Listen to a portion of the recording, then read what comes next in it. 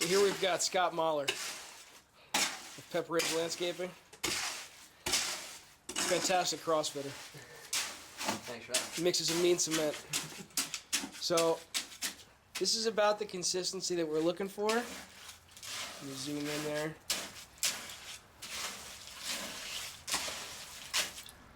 You want it to be nice, consistent. You don't want any dry spots. You don't want any collecting water. It starts to dry up while you're pouring the stones. Just add a little water, remix it. But that's the consistency that you're looking for. Let me zoom in tight there. No pooled water. It should fall off the trowel. It shouldn't get stuck. Just like that. So he's got silicone spray there, and he's just going to put a liberal amount on the inside there. He'll take a rag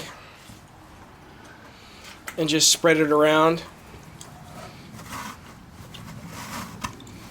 Wipe it around the seam just to make sure that seam is good and lubed up. That just acts as a releasing agent so that the cement doesn't bond to the plastic.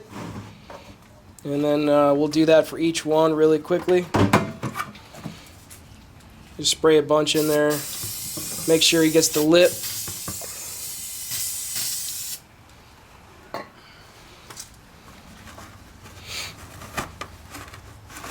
Again, just wipes that down, make sure it's coated all over.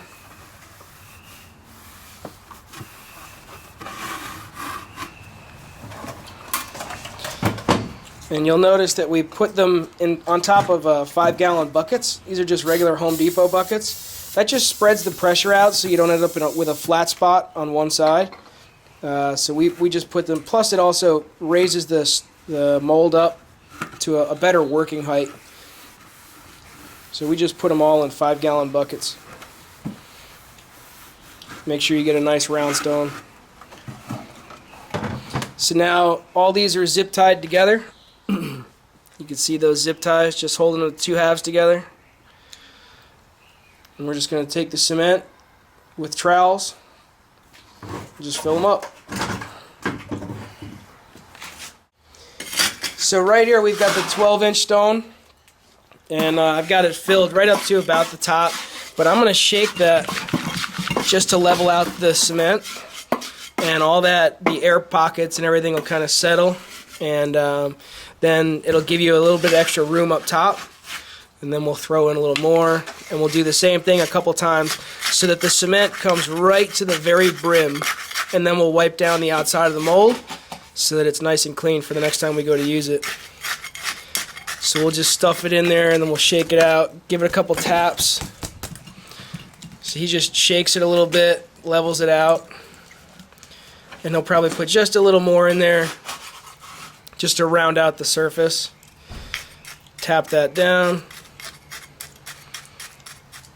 and then we'll wipe the excess right off the top.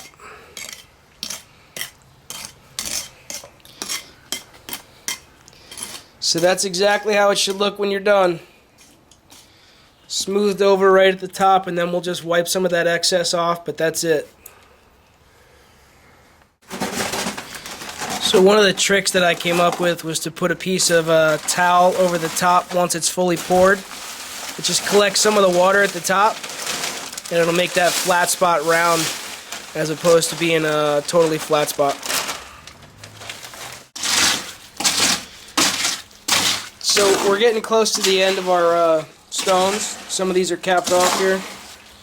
And once they dry, they settle a little bit, so you'll end up with this little gap right at the very top. That's fine. The cement will settle down a little bit. So we're just going to fill those up. This one's been sitting here for a while. So you can see that little lip develop there.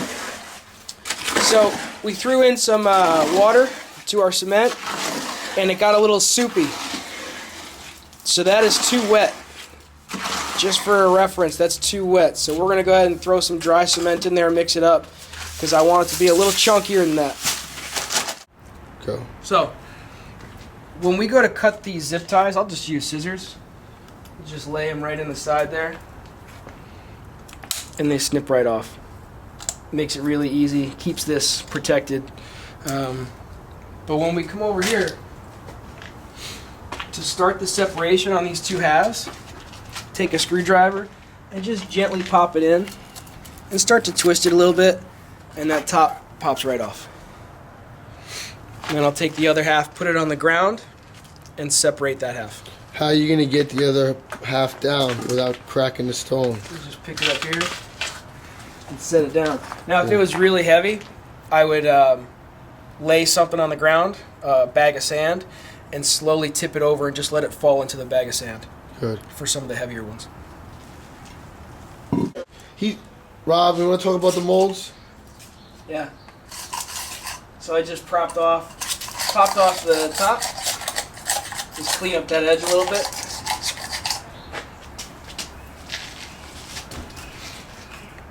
How long has that stone been in that mold for?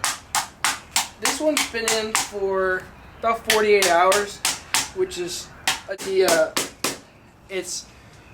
it doesn't bond really, so it pops right off, and the cement is still pliable. So all these little burrs here, I could just take steel wool and just give that a quick rub, and that stuff just sands down really smooth, so it makes the stone easy to work with. Yeah.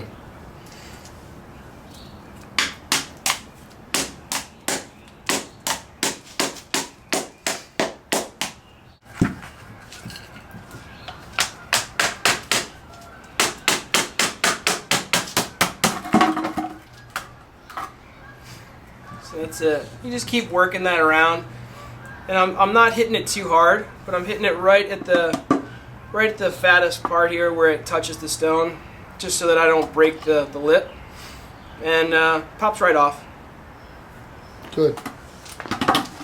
Let's see how smooth that stone is.